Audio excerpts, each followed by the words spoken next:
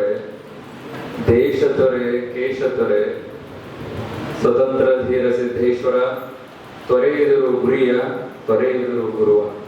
ಪ್ರಾತಸ್ಮರಣೀಯ ಸಾರಂಗ ಮಠ ಗಚ್ಚನ ಮಠದ ಗುರು ಪರಂಪರೆಗೆ ಭಕ್ತಿ ಪ್ರಣಾಮಗಳನ್ನು ಸಮರ್ಪಣೆ ಮಾಡಿ, ಪ್ರಸ್ತುತ ಪರಮ ಪೂಜ್ಯ ನಮ್ಮ ನಿಮ್ಮೆಲ್ಲರ ಪ್ರೀತಿಯ ಗುರುಗಳಾದ ಶ್ರೀಮದ್ ಘನಲಿಂಗ ಚಕ್ರವರ್ತಿ ಡಾಕ್ಟರ್ ಪ್ರಭು ಸಾರಂಗದೇವ ಶಿವಾಚಾರ್ಯರ ಪವಿತ್ರ ಪಾದಗಳಿಗೆ ಭಕ್ತಿ ಪ್ರಣಾಮಗಳನ್ನು ಹೇಳಿ ಪ್ರಾರಂಭ 2026-2026ನೇ ಸಾಲಿನ ಕಾರ್ಯಕ್ರಮದ ಅತಿಥಿಗಳಾಗಿ ಆಗಮಿಸಿ ನಮಗೆಲ್ಲ ಅತ್ಯಂತ ಸ್ಫೂರ್ತಿದಾಯಕ ಮಾತುಗಳನ್ನಾಡಿರುವಂತಹ ನಮ್ಮ CM ಭಂಡಾರಿ ಸರ್ ಅವರಲ್ಲಿ ಕೂಡ, ಹಾಗೇನೆ ಅಧ್ಯಕ್ಷತೆಯನ್ನು ವಹಿಸಿ ನಿಮ್ಮೆಲ್ಲರಿಗೂ ಮಾತನಾಡಿರುವಂತಹ ನಮ್ಮ ಸಬ್ಸಿಡಿ ಸರ್ ಅವರಲ್ಲಿ, ಹಾಗೇನೆ ವೇದಿಕೆ ಮೇಲಿರುವಂತಹ ಎಲ್ಲ ಗುರುಗಳಿಗೂ, ಮುಂದುಗಡೆ ಇರುವಂತಹ ಎಲ್ಲ ಗುರುಗಳಿಗೂ, ನಮ್ಮ ಸಂಸ್ಥೆಯ ನಿರ್ದೇಶಕರಲ್ಲಿಗೂ, ಗುರುಮಾತೆಯರಿಗೂ ಮತ್ತು ಎಲ್ಲ ವಿದ್ಯಾರ್ಥಿ ಬಳಗಕ್ಕೂ ನಮಸ್ಕಾರ. ಸಮಯ ನಮಗಾಗಿದೆ, ನಿಮಗಾಗಿಲ್ಲ ಅನ್ಕೋತೆ. ಯಾಕಂದ್ರೆ ಇದನ್ನು ನಿಮಗೂ ಆಗಿದೆ, ನಿಮಗೂ ಆಗಿಲ್ಲ. ಯಾಕಂದ್ರೆ ನಿಮ್ದು ನೆಕ್ಸ್ಟ್ ಪ್ರೋಗ್ರಾಮ್ ಅದ. ಇದು ಯಾವಾಗ ಮುಗಿತೈತಿ, ಇದನ್ನ ಯಾವಾಗ ಬಿಟ್ಟು ಹೋಗ್ಯಾರ, ನಾವು ಇಲ್ಲಿ ಬಂದು ಯಾವಾಗ ಜಿಗಿದಾಡಿಲ್ಲ ಅಂತ ಅವ್ರು ಅಂತಾನೆ. ಅವ್ರಿಗಿರುವುದು ಇಲ್ಲಿ ಮೇಲೆ ಪುಣ್ಯಕ್ಕೆ ಬರ್ಬೇಕು ಅಂತ ಹೇಳಿ. ಮನುಷ್ಯನಿಗೆ ಉತ್ಸಾಹ ಇರ್ತದೆ, ಇಲ್ಲ ಅಂತಲ್ಲ. ಯಾವಾಗಲೂ ಸರ್ ಹೇಳ್ದಂಗೆ ಯಾವುದೇ ಒಂದು ಮಹಾವಿದ್ಯಾಲಯದ ಮೂಲ ಉದ್ದೇಶ ಏನಿರ್ತದೆ ಅಂದ್ರೆ ಒಬ್ಬ ವಿದ್ಯಾರ್ಥಿಯ ಸರ್ವತೋಮುಖ ಅಭಿವೃದ್ಧಿ ಆಗಬೇಕು ಅನ್ನೋ ಕಾರಣಕ್ಕಾಗಿ ಒಂದು ಮಹಾವಿದ್ಯಾಲಯ ಇರ್ತದೆ. ನಿಮಗ ಅನೇಕ ಮಹಾವಿದ್ಯಾಲಯಗಳ ಬಗ್ಗೆ ಗೊತ್ತಿರ್ತದೆ. ನಿಮಗೆಲ್ಲ ಬೇರೆ ಬೇರೆ ಕಾಲೇಜುಗಳಿಗೆಲ್ಲ ನೀವು ಅಪ್ಲಿಕೇಶನ್ ಹಾಕಿರ್ತೀರಿ, ನಿಮ್ಗೆ ಗೊತ್ತಿರ್ತದ. ಕೆಲವೊಂದು ಕಾಲೇಜುಗಳಲ್ಲಿ ಗ್ರೌಂಡ್ ಇರಂಗಿಲ್ಲ, ಪಾಠ ಮಾಡುವಂತಹ ಗುರುಗಳು ಇರಂಗಿಲ್ಲ, ಎಷ್ಟೋ ಸರಿ ಕೊಠಡಿಗಳು ಇರುವುದಿಲ್ಲ. ನಿಮಗೆ ಆಶ್ಚರ್ಯ ಅಂದ್ರೆ ನಮ್ಮ ಮಹಾವಿದ್ಯಾಲಯದಲ್ಲಿ ಎಲ್ಲರಿಗೂ ಕೊಠಡಿಗಳಿದ್ರೂ ಕೂಡ ಮತ್ತು 20 ಕೊಠಡಿಗಳನ್ನು ನಮ್ಮ ಪರಮ ಪೂಜರು ಎಕ್ಸ್ಟ್ರಾ ಕಟ್ಟಡವನ್ನು ಮಾಡಾಕ್ತಾರೆ. ನಿಮಗೆಲ್ಲ ಗೊತ್ತಿರ್ಬೇಕು, ನೋಡ್ತಿದ್ದೀರಿ ನಿಮ್ಮೆಲ್ಲ ಹೊರಗಡೆ. ಅಂದ್ರೆ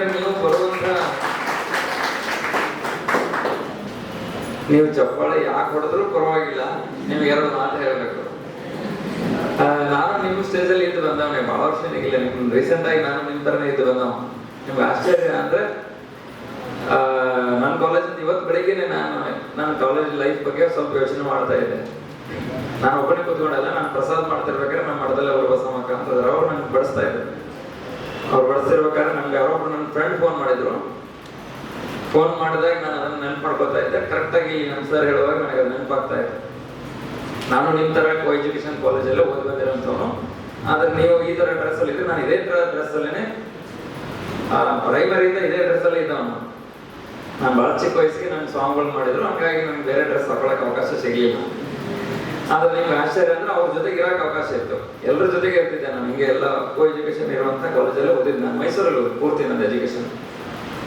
ನಿಮ್ಗೆ ಆಶ್ಚರ್ಯ ಅಂದ್ರೆ ಇವ್ರು ಈಗ 5G ಒಳಗಿದ್ದಾರೆ.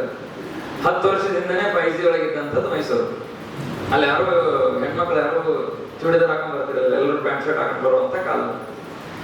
ಅಲ್ಲೆಲ್ಲ ಓದ್ತಿರ್ಬೇಕಾದ್ರೆ ನಾವು ಈ ಪ್ರೋಗ್ರಾಮ್ ಬಂದಾಗ ನಾನು ಸ್ವಲ್ಪ ಸ್ಟಾರ್ಟಿಂಗ್ ಅಲ್ಲಿ ಬಂದು ಕುತ್ಕೊಂಡಾಗ ನಗ್ತಿದ್ದೆ. ನೋಡಿದ್ರೆ ಯಾರು? ನಾನು ನೋಡೋದಿಲ್ಲ, ಯಾಕಂದ್ರೆ ನೀವು ನಿಮ್ಮನ್ನ ನೋಡ್ಬೋದು, ನೀವು ಕೂತಿದ್ರಿ, ವೇದಿಕೆ ಮೇಲೆ ಗಮನ ಇರಲಿಲ್ಲ ನಿಮಗೆ. ನಾನು ನಗ್ತಿದ್ದೆ, ನೋಡ್ಲಿಲ್ಲ ಕನಸುತ್ತೇನಲ್ಲ. ನಾನು ಯಾಕೆ ನಕ್ಕಿ ಅಂದ್ರೆ ಇಲ್ಲಿ ವಿಡಿಯೋ ಬಂದಾಗ ನಮ್ಮ ಪ್ರಿನ್ಸಿಪಲ್ ಬಂದಾಗ ನೀವೆಲ್ಲ ಜೋರಾಗಿ ನಗ್ತಾ ಇದ್ದೆ. ನಾನು ಅವಾಗ ಅನ್ಕೊಂಡೆ, ನಾನು ತಕ್ಷಣ ನಿಮ್ಗೆ ಆಶ್ಚರ್ಯ ಅಂದ್ರೆ ಅವಾಗ ಸುಮ್ಮನೆ ಒಂದು ಘಟನೆ ನೆನ್ಪು ಮಾಡ್ಕೊಂಡು ನಾನು ಮಾತು ಮುಗಿಸ್ತೇನೆ. ನಾವು PUC ಮುಗಿದ್ಮೇಲೆ ಫಸ್ಟ್ ಇಯರ್ ಡಿಗ್ರಿ ಬಂದಾಗ ಅಲ್ಲಿ ಒಬ್ರು ಮೇಡಮ್ ಅವರು ಬಂದ್ರು ನಮ್ಗೆ ಎಕನಾಮಿಕ್ಸ್ ಹೇಳಕ್ಕೆ. ನಾನು ಆರ್ಟ್ಸ್ ಸ್ಟೂಡೆಂಟ್, ನಾನು ಸೈನ್ಸ್ ಸ್ಟೂಡೆಂಟ್ ಅಲ್ಲ, ನಾನು ಆರ್ಟ್ಸ್ ಸ್ಟೂಡೆಂಟ್. ಎಕನಾಮಿಕ್ಸ್ ಹೇಳಕ್ಕೆ ಬಂದ್ರು. ಮಧ್ಯಾಹ್ನದ ಪೀರಿಯಡ್ ಇತ್ತು, ಮಧ್ಯಾಹ್ನದ ಊಟ ಮುಗಿಸ್ಕೊಂಡು ಬಂದಿದ್ವಿ. ಬಂದು ಎಕನಾಮಿಕ್ಸ್ ಹೇಳಕ್ ಬಂದ್ರು. ಅವ್ರು ಅದೇ ಫಸ್ಟ್ ಪೀರಿಯಡ್ ಕಾಣಿಸ್ತದ ಮೋಸ್ಟ್ಲಿ ನಮ್ಗೆಲ್ಲ ಹೇಳಕ್ ಬಂದ್ರು. ನೀವು ಆಶ್ಚರ್ಯ ಅಂದ್ರೆ ಅವ್ರು ಅಳ್ಕೊಂತ ಹೋದ್ರು ವಾಪಸ್. ನಿಮ್ಗೆ ಆಶ್ಚರ್ಯ ಅಂದ್ರೆ ಇದು ಕಂಪ್ಲೇಂಟ್ ನಮ್ಮ ಗುರುಗಳ ಹತ್ರ ಹೋಯ್ತು, ನಮ್ಮ ಗುರುಕುಲಕ್ಕೆ ಹೋಯ್ತು. ಯಾರು ಅಳಿಸಿದ್ದು ಅಂತ ಕೇಳಿದ್ರೆ ಪ್ರಭು ಸ್ವಾಮಿ ಅಳಿಸಿದ್ದು ಅಂತ. ಅಳಿಸಿದ್ದು ಅಂದ್ರೆ ನಾವೇನು ಅವ್ರಿಗೆ ಬೇಕು ಅಂತ ಅಳಿಸಿದ್ದಲ್ಲ, ನೀವು ಮಾಡಿದ ಕೀಡ್ಲೆ ನಾನು ಕೇಳಿಸ್ತು. ನಾನು ಅವ್ರು ಬಂದ ತಕ್ಷಣ ಬಹಳ ಪ್ರಶ್ನೆಗಳು ಕೇಳಿದೆ, ಅವ್ರು ಉತ್ತರ ಹೇಳಕ್ಕಾಗಿಲ್ಲ. ಅವಾಗೆಲ್ಲರೂ ಜೋರಾಗಿ ನಕ್ಬಿಟ್ರು. ಅಲ್ಲಿ ಪ್ರಶ್ನೆ ಕೇಳಿದ್ದಕ್ಕೆ ಅವ್ರಿಗೆ ಒಂದು ಸ್ವಲ್ಪ ಅದೇ ಇರಿಟೇಟ್ ಆಯ್ತು. ಎಲ್ಲರೂ ನಕ್ಕರೆಲ್ಲ ಅವ್ರಿಗೆ ಅವಮಾನ ಆಯ್ತು. ಅವ್ರು ಹತ್ಕೊಂಡು ಕೆಳಗಡೆ ಹೋದ್ರು. ಅವ್ರು ಆ ಸಂಸ್ಥೆ ಸಂಸ್ಥೆಯಲ್ಲಿರುವಂತಹ ಒಬ್ಬ ಡೈರೆಕ್ಟರ್ ಮೊಮ್ಮಗಳಾಗಿದ್ಲು. ಸೊ ಹಂಗಾಗಿ ಅದು ಗುರುಕುಲ್ಗೆ ಬಂದ್ಬಿಟ್ಟಿದೆ. ನಾನು ಯಾಕೆ ನಿಮ್ ಜೊತೆಗೆ ಹಂಚ್ಕೊಳಕತ್ತೀನಿ ಅಂದ್ರೆ, ನಮ್ ಖುಷಿ ಎಲ್ಲೋ ಒಂದ್ ಕಡೆ ಇನ್ನೊಬ್ಬರಿಗೆ ಅದು ತೊಂದರೆ ಆಗ್ಬಾರ್ದು. ನಾವು ನಗಬೇಕು. ಇನ್ನೊಬ್ಬರ ನೋವನ್ನು ನೋಡಿ, ಇನ್ನೊಬ್ಬರ ತೊಂದರೆಗೀಡಾಗಿರೋದನ್ನು ನೋಡಿ ನಾವು ನಗೋದಲ್ಲ. ಇನ್ನೊಬ್ಬರ ಸಂತೋಷವನ್ನು ಕಂಡು, ಇನ್ನೊಬ್ಬರ ಏಳಿಗೆಯನ್ನು ಕಂಡು ನಾವು ನಗಬೇಕೇ ವಿನಃ ನಾವು ಇನ್ನೊಬ್ಬರಿಗೆ ಅವಮಾನಕ್ಕಾಗಿ ನಾವು ನಗಬಾರದು. ನಿಮ್ ಜೊತೆಗೆ ಹಂಚ್ಕೊಂಡು, ಆಕ್ಚುಲಿ ಇದು ಟೀನೇಜ್ ಇದೆಲ್ಲ, ಈ ವಯಸ್ಸಿನಲ್ಲಿ ಏನೇನೋ ಮಾಡ್ಬೇಕಂತ ಇರ್ತದ ಮನುಷ್ಯನಿಗೆ. ನಿಮ್ಗೆ ಗೊತ್ತಿರ್ಲಿ, ಈ ಡ್ಯಾಮ್ಗಳದಲ್ಲ, ಆಲ್ಮಟ್ಟಿ ಡ್ಯಾಮ್ ಗೊತ್ತ, ನೀವೆಲ್ಲ ಹೋಗಿರಲ್ಲ, ಪಿಕ್ನಿಕ್ ಹೋಗಿರ್ತೀರಲ್ಲ. ಅದಕ್ಕಿಂತ ಮುಂಚೆ ನಾವು ಬಹಳ ಚಿಕ್ಕವರಿರ್ಬೇಕಾದ್ರೆ ಬಹಳ ಫೇಮಸ್ ಡ್ಯಾಮ್ ಅಂದ್ರೆ ಹೊಸಪೇಟೆ. ಇಲ್ಲ ಸರ್, ಹೊಸಪೇಟೆ ಇತ್ತು ಈ ಭಾಗದಲ್ಲಿ, ಅಲ್ಲಿ KRS ಇತ್ತು. ಅವನ್ನೆಲ್ಲ ನೋಡಕ್ ಹೋಗಿರ್ತೀರಿ, ನಿಮ್ಗೆಲ್ಲ ಗೊತ್ತು. ಅಲ್ಲೊಂದು ವಿದ್ಯುತ್ ಅನ್ನ ತಯಾರು ಮಾಡುವಂತ ಕೇಂದ್ರ ಇರ್ತದೆ, ನಿಮ್ಗೆಲ್ಲ ಗೊತ್ತಿರ್ತದೆ. ನೀರನ್ನ ನಿಲ್ಲಿಸಿ ಅಲ್ಲಿಂದ ಫೋರ್ಸ್ ಆಗಿರುವಂತಹ ನೀರನ್ನ ಕೆಳಗಡೆ ಬಿಟ್ಟು ಟರ್ಬೈನ್ ಟರ್ನ್ ಮಾಡಿದ್ಮೇಲೆ ಏನಾಗ್ತದ? ಕರೆಂಟ್ ಬರ್ತದೆ. ಕರೆಂಟ್ ಉತ್ಪತ್ತಿ ಆಗ್ತದಲ್ಲ. ನೀವು ಅನ್ಬೋದು, ಇದನ್ನೆಲ್ಲ ಯಾರು ಪ್ಲಾನ್ ಮಾಡಿದ್ರೆ, ಹೆಂಗ್ ಪ್ಲಾನ್ ಮಾಡಿದ್ರು ಅನ್ನೋದು ಸುಮ್ಮನೆ ನಿಮ್ ಕುತ್ಕೊಂಡು ಮಾತನಾಡೋದ್ರ ನಿಮ್ ಜೊತೆ ಚರ್ಚೆ ಮಾಡ್ತಾನೆ. ಇದನ್ನೆಲ್ಲ ಮಾಡಿದ್ರೆ ಹೆಂಗ್ ಕರೆಂಟ್ ಉತ್ಪನ್ನ ಆಗತ್ತಲ್ಲ, ಅದು ಹರಿದು ನೀರು ಹೋಗ್ತಿತ್ತು. ಮೊದಲು ಡ್ಯಾಮ್ ಕಟ್ಟಿರ್ಲಿಲ್ಲ, ಮೊದಲು ನೀರು ಹರಿದು ಹೋಗ್ತಾ ಇತ್ತು. ಹರಿದು ಹೋಗುವಂತ ನೀರನ್ನ ಒಂದ್ ಕಡೆ ನಿಲ್ಲಿಸಿ ಸ್ಟಾಕ್ ಮಾಡಿ ಅದನ್ನ ಕರೆಕ್ಟ್ ಒಂದು ರೂಟ್ ಮಾಡಿ ಅದು ನೀರು ಹರಿಸಿರಿ ಟರ್ನ್ ಮಾಡಿದ್ರೆ, ತಿರುಗಿಸಿದ್ರೆ ವಿದ್ಯುತ್ ಉತ್ಪಾದನೆ ಆಗ್ತದಲ್ಲ. ಈಗ ನಾವಿರುವಂತವರೆಲ್ಲರೂ ನಮ್ಮ ವಿದ್ಯಾರ್ಥಿ ಬದುಕು ಹೆಂಗಿರ್ತದ, ಹರಿತಿರ್ತದೆ. ಈ ಹರಿಯುವಂತ ಬದುಕಿಗೆ ಒಂದು ಕಾಲೇಜ್ ಅನ್ನುವಂತಹದ್ದೊಂದು ಡ್ಯಾಮ್ ಕಟ್ಟಿ ನಮ್ಮೆಲ್ಲ ಪ್ರಾಧ್ಯಾಪಕರು ಅದನ್ನ ಸರಿಯಾದ ಮಾರ್ಗದರ್ಶನದಲ್ಲಿ ಹೊರಟಿಸಿದ್ರು ಅಂದ್ರೆ, ಹೆಂಗ ನೀರಿನಿಂದ ಕರೆಂಟ್ ಉತ್ಪನ್ನ ಆಗ್ತದೋ ಹಂಗ ವಿದ್ಯಾರ್ಥಿಯಿಂದ ಒಬ್ಬ ಉತ್ತಮವಾಗಿರುವಂತಹ ಪ್ರತಿಭೆ ಹೊರಗೆ ಬಂದು ನೀವು ಕೆಂಪ್ ಲೈಟ್ ಅಲ್ಲಿ ಹೊರಗೆ ಬರ್ಲಿಕ್ಕೆ ಸಾಧ್ಯ ಆಗ್ತದೆ. ಸುಮ್ಮನೆ ನೀರು ಹಾಕೊಂಡು ಕಲರ್ ಹೋಗ್ತಿತ್ತು ಅಂದ್ರೆ ಕೆಂಪ್ ಲೈಟ್ ಹತ್ತಂಗಿಲ್ಲ. ಈಗೆಲ್ಲ ಕೆಂಪ್ ಲೈಟ್ ಇಲ್ಲ ಸರ್, ಯಾವ್ದು ಗಾಡಿಗಳಿಗೆ DC ಇರ್ತದ ಇಲ್ಲ, ಯಾರಿಗೆ ತೆಗೆದ ಬಿಟ್ರೆ ಕೆಂಪ್ ಲೈಟ್.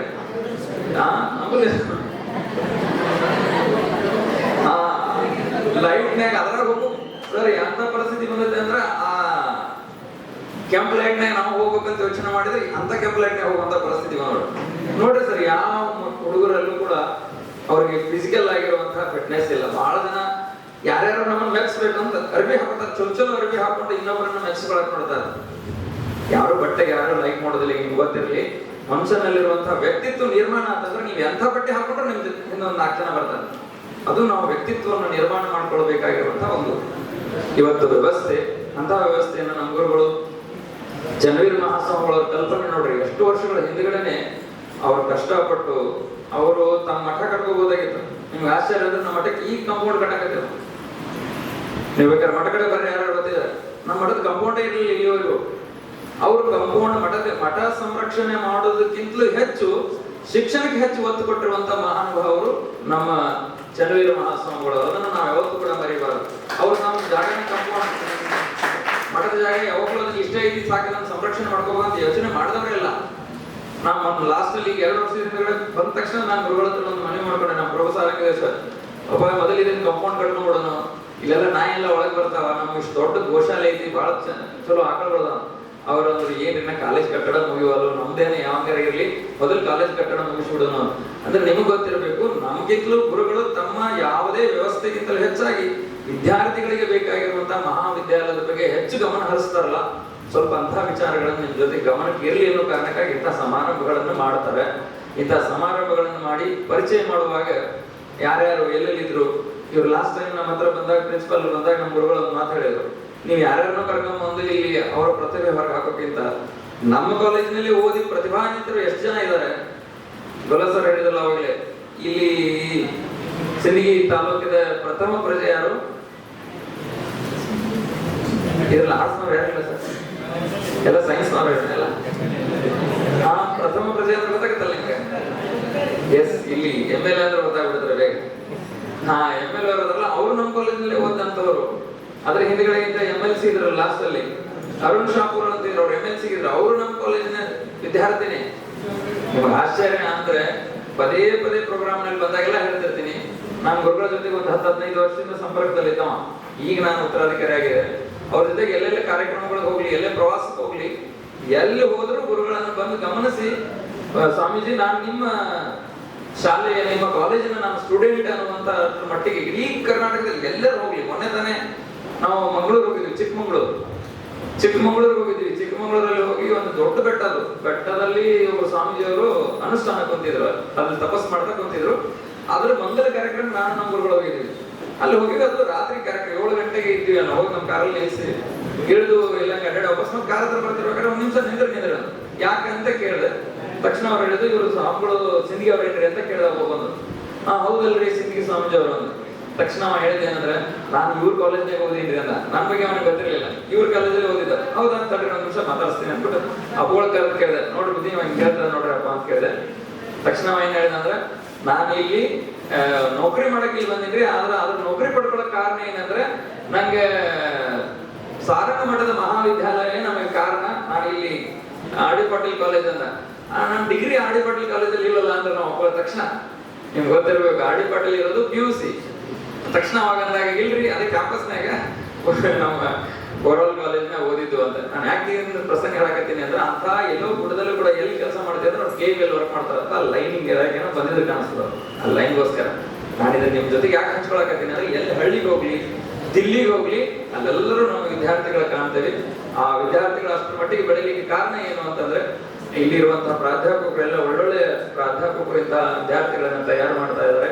ಅದಕ್ಕೆ ಬೇಕಾಗಿರುವಂತಹ ಪೂರಕವಾಗಿರುವಂತಹ ಪರಿಸರವನ್ನು ನಮ್ಮ ಊರುಗಳೆಲ್ಲ ತಯಾರು ಮಾಡಿಕೊಟ್ಟಿದ್ದಾರೆ. ನೀವು ಕೂಡ ಮುಂದೊಂದು ದಿನ ಇಂತಹ ಉನ್ನತ ಸ್ಥಾನಮಾನಕ್ಕೆ ನೀವೆಲ್ಲ ಹೋಗ್ಬೇಕು ಅನ್ನೋ ಕಾರಣಕ್ಕಾಗಿ ಈ ಸಮಾರಂಭವನ್ನು ಏರ್ಪಾಡು ಮಾಡಿದ್ದಾರೆ. ನೀವೆಲ್ಲರೂ ನಿಮ್ಗೆ ಗೊತ್ತಿರ್ಬೇಕು, ಶರೀರ ಚಲೋ ಇದ್ರೆ ಮಾತ್ರ ಚಲೋ ಚಿಂತನೆಗಳು ಬರ್ಲಿಕ್ಕೆ ಸಾಧ್ಯ ಆಗಲ್ಲ. ಬಹಳ ಮಂದಿಗೆ ನಮ್ಗೆ ಓದಕ್ ಆಗಲ್ರಿ, ನಂಗೆ ಇಂಟ್ರೆಸ್ಟ್ ಇಲ್ರಿ ಅಂತ ಹೇಳ್ತಾರೆ. ಯಾಕೆಂದ್ರೆ ನಮ್ ಶರೀರ ಚಲೋ ಇರುದಿಲ್ಲ. ನಮ್ ಚಲೋ ಶರೀರ ಇತ್ತಂದ್ರೆ ಚಲೋ ಮನಸ್ಸಿರಕ್ ಸಾಧ್ಯ ಆಗಲ್ಲ. ನಾವು ಯಾಕಡೆ ಅಡಗಾಡ್ತಿದ್ದೀವಿ, ತಲೆನೋವು ಬರ್ತಿತ್ತು, ಯಾವಾಗ್ಲೂ ನನಗೆ ಏನಾದ್ರು ಫಿಸಿಕಲ್ ಫಿಟ್ನೆಸ್ ಇರಲಿಲ್ಲ ಅಂದ್ರೆ ಎಲ್ಲೆಲ್ಲ ಒಳ್ಳೆ ಯೋಚನೆ ಬರ್ಲಿಕ್ಕೆ ಸಾಧ್ಯ ಆಗುದಿಲ್ಲ. ನಿಮಗೆ ಚಲೋ ಒಳ್ಳೆ ಯೋಚನೆ ಬರ್ಬೇಕಾಗಿತ್ತು ಅಂದ್ರೆ ನೀವು ಚೆನ್ನಾಗಿರ್ಬೇಕು ಅನ್ನೋ ಕಾರಣಕ್ಕಾಗಿ ಇಲ್ಲಿ ಸ್ಪೋರ್ಟ್ಸ್ ಬಗ್ಗೆ ಇರುವಂತಹ ಕಾರ್ಯಕ್ರಮಗಳನ್ನ ಪ್ರಾರಂಭ ಮಾಡ್ತಾ ಇದ್ದಾರೆ. ನೀವೆಲ್ಲರೂ ಒಳ್ಳೆ ವಿದ್ಯಾವಂತರಾಗ್ರಿ, ಪ್ರತಿಭಾನ್ವಿತರಾಗ್ರಿ ಎನ್ನುವಂತಹ ಶುಭ ಹಾರೈಕೆಯನ್ನು ಮಾಡಿ ಸಮಾರಂಭವನ್ನು ಆಯೋಜನೆ ಮಾಡಿರುವಂತಹ ಕಾಲೇಜಿನ ಎಲ್ಲ ಪ್ರಾಧ್ಯಾಪಕರಿಗೆ ಮತ್ತೊಮ್ಮೆ ಧನ್ಯವಾದಗಳನ್ನು ಸಲ್ಲಿಸಿ ನಾನು ಮಾತಿಗೆ